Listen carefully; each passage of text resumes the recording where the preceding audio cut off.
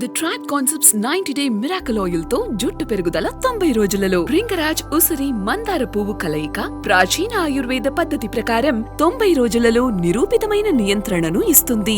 The tribe concepts వారి 90 days miracle oil ను actually నాన్నగారి గురించి ఒకటి విన్నామండి. అప్పుడు కత్రినా కైఫ్ గారికి డాన్స్ రాకపోయినా పర్లేదు, నాకు ఆవిడే హీరోయిన్ ఫిక్స్ అన్నారు. మల్లీశ్వరి ఆమె ఫిక్స్ అని అన్నారంట. నేను ఒక్కసారి కమిట్ అయితే ఇంకా హీరోయిన్ విషయంలో అసలు కాంప్రమైజ్ అవరేమో కదా. గ్రేట్ అయిపోయి ఆయనకి ఏదో అనిపిస్తుంది చూసినప్పుడు.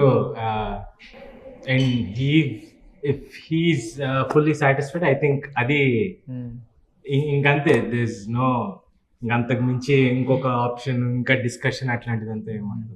ఆయనకు ఒకసారి చూసారంటే మరి మీరు కూడా చూసే ఉంటారు, ఆయన బ్లాక్ బస్టర్స్ అన్నీ చూశారు, సెట్స్లో పెరిగి ఉంటారు నాకు తెలిసి. సెట్స్కి వెళ్ళడం, ఆ రిజల్ట్ చూడడం, ఆన్ స్క్రీన్ చూడడం, మిగిలిన వాళ్ళందరూ ఎంత ఫీల్ అవుతున్నారో చూడడం, ఆ వైబ్. సో మీరు ఏం ఎక్స్పెక్ట్ చేస్తున్నారు ఆయన నుంచి, నాన్నగారి నుంచి? అంటే ఇప్పుడు ఇన్ని బ్లాక్ బస్టర్స్ ఉన్నాయి కదా, మేము అంటే ఇప్పుడు నువ్వు నాకు నచ్చే ఒకటి, మల్లీశ్వరి ఒకటి, మన్మధుడు ఒకటి, ఇలా ఉన్నాయి కదా రకరకాలు, నువ్వే కావాలి ఒకటి. ప్రతి ఎవరిది వాళ్ళది స్పెషల్ మూవీ వాళ్ళ కెరియర్ మొత్తంలో.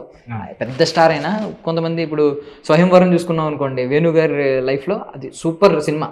ఆయనకి మీ బెస్ట్ ఫిల్మ్స్ ఏంటి మీ కెరియర్లో అని అడిగితే స్వయంవరం పేరు ముందే చెప్పేస్తారు. అలా అనమాట. ఇప్పుడు తరుణ్ గారికి నువ్వే కావాలి. సో అలాగా ఆఖరికి మన ఆది సాయి కుమార్ గారికి కూడా ఒక స్టార్టింగ్ ఇంట్రడక్షన్ ఆయనే పరిచయం చేశారు వెండిగారికి. సో మీరేం ఎక్స్పెక్ట్ చేస్తున్నారు? ఇవి ఎన్నిట్లో ఏం పిక్ చేసుకోబోతున్నారు? ఎలాంటి కైండ్ ఆఫ్ వైబ్ ఈ సినిమాక?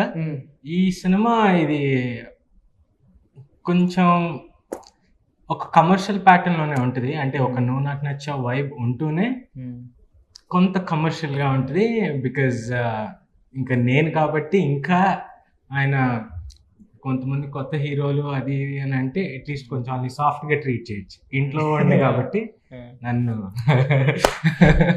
So it was fun. And ఈ సినిమా నేను అనుకోవటం నాకు గుర్తుండిపోయే సినిమా అవుతుంది త్రూఅవుట్ మై లైఫ్. అంత హ్యాపీగా జరిగింది, ఎటువంటి టెన్షన్స్ లేకుండా, చాలా స్మూత్ ఎక్స్పీరియన్స్. అండ్ మేడం గారు రావడం వల్ల